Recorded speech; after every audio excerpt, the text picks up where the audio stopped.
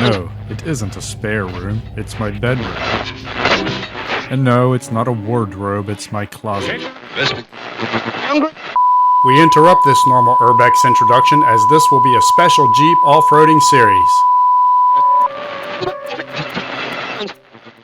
2,500 miles, 12 days, 9 states, and 11 badges.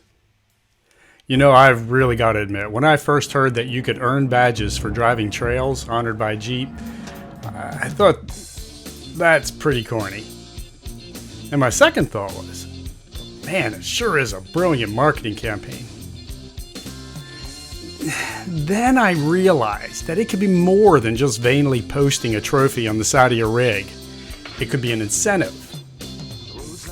An incentive for fun, for fellowship, to meet new people, to get out exploring and actually taking and getting away for a vacation. So, that's exactly what I did, which is what this video series is about. Beyond this vacation, while on a business trip to a little town with nothing in it, I found a badge trail a few hours from there and just went. While taking a hiking trip to Utah, I rented a Jeep and hit 2 trails in Moab. And now I'm planning on a trip to New Hampshire to hit another. These are things I may not have been motivated to or even thought of doing on their own, but with that extra allure, that badge, it enticed me to adventures I would not have even considered. Not only do you meet new people on the trail, but anywhere. As displayed on the side of your rig, these badges can be quite the conversation starter. You never know who will ask about your badges and what they mean. Anyway, enough with the introductions, let's hit the trails. The first trail on the trip was a badge trail called Peters Mill Run. It's a straight run near Fort Valley, Virginia. Definitely stalker friendly. A great spot for those new to off-roading. It's about 8 miles, with the southernmost 2 miles of the trail being a little more, well, a little. Woodstock Tower at the north end is worth a visit, and we did. And for those wanting to camp, Little Fort Campground is also on the north end with 11 tent sites available. They're first come, first serve, well, technically self-serve, and they are free. Peters Mill Run is part of Lee Ranger District's OHV trails. There's 36 miles of trails, but all other trails are open to the ATVs only, not four-wheel drive vehicles. Be very careful what you're doing in the trail because it's easy to get off onto one of those ATV trails. I might have. And I hear they have no sense of humor when it comes to four-wheel drive vehicles being on them. Basically, the trail is straight, so if you turn off, you're probably off. A permit is required. A one-day permit is $5 and can be purchased at many of the local gas stations and stores. You can get them online as well. I don't remember if passengers are required to have one, so do your normal trip planning. Don't trust YouTubers for your logistical details. Like I said, it's very easy and can be done in stock, but it's definitely better than driving down Route 81. I didn't air down, didn't want to take the time, but of course that does make for a little bit bumpier ride.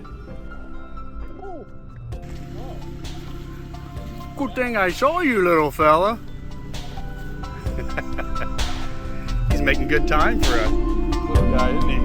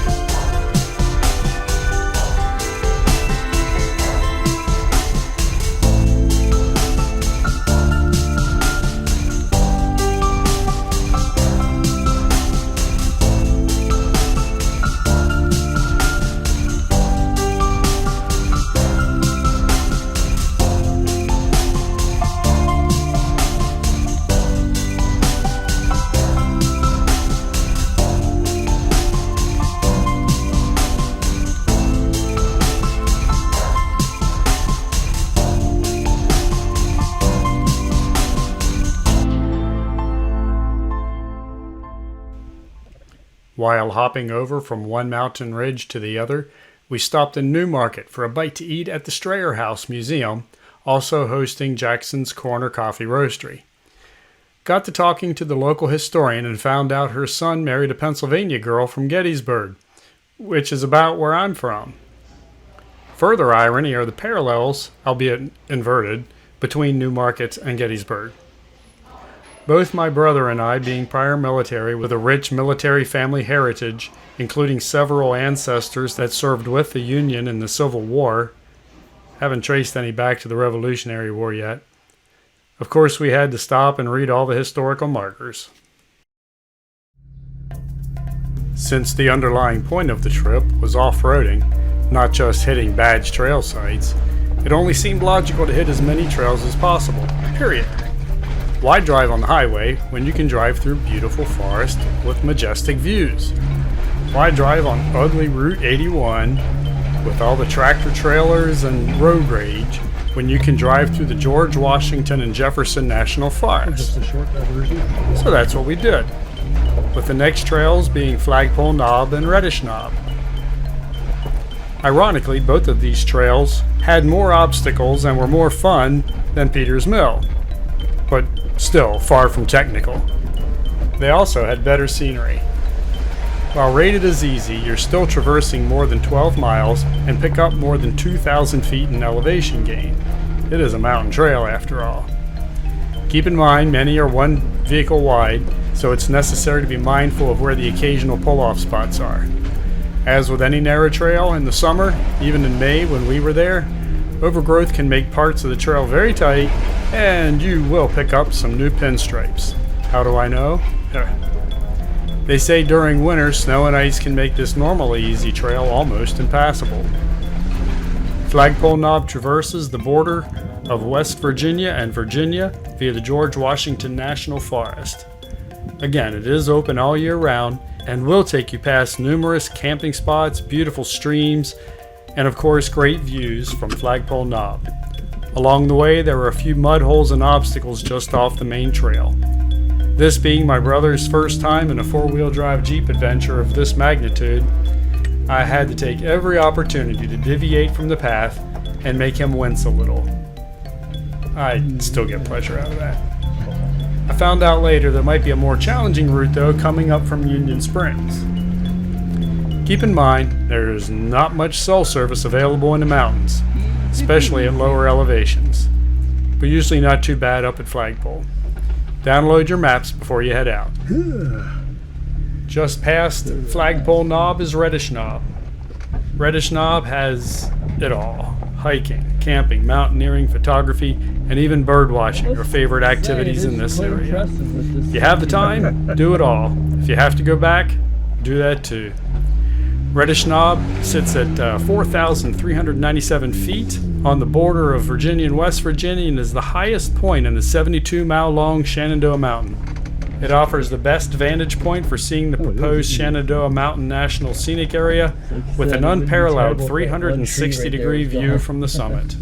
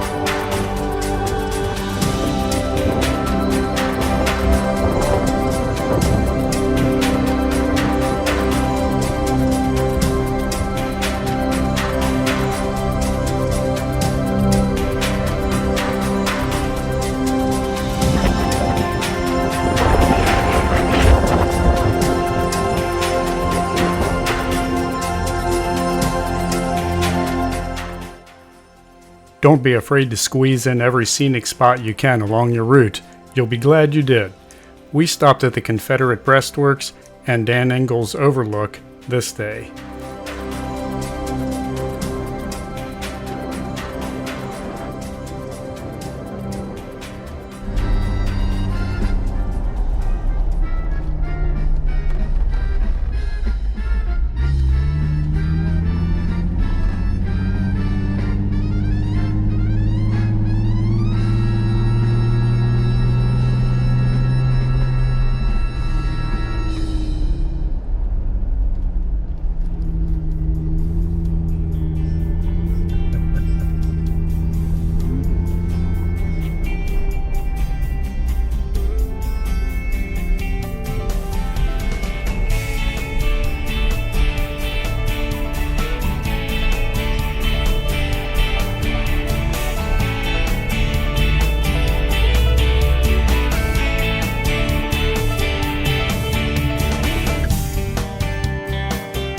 Thank you for traveling with us on our first day's journey.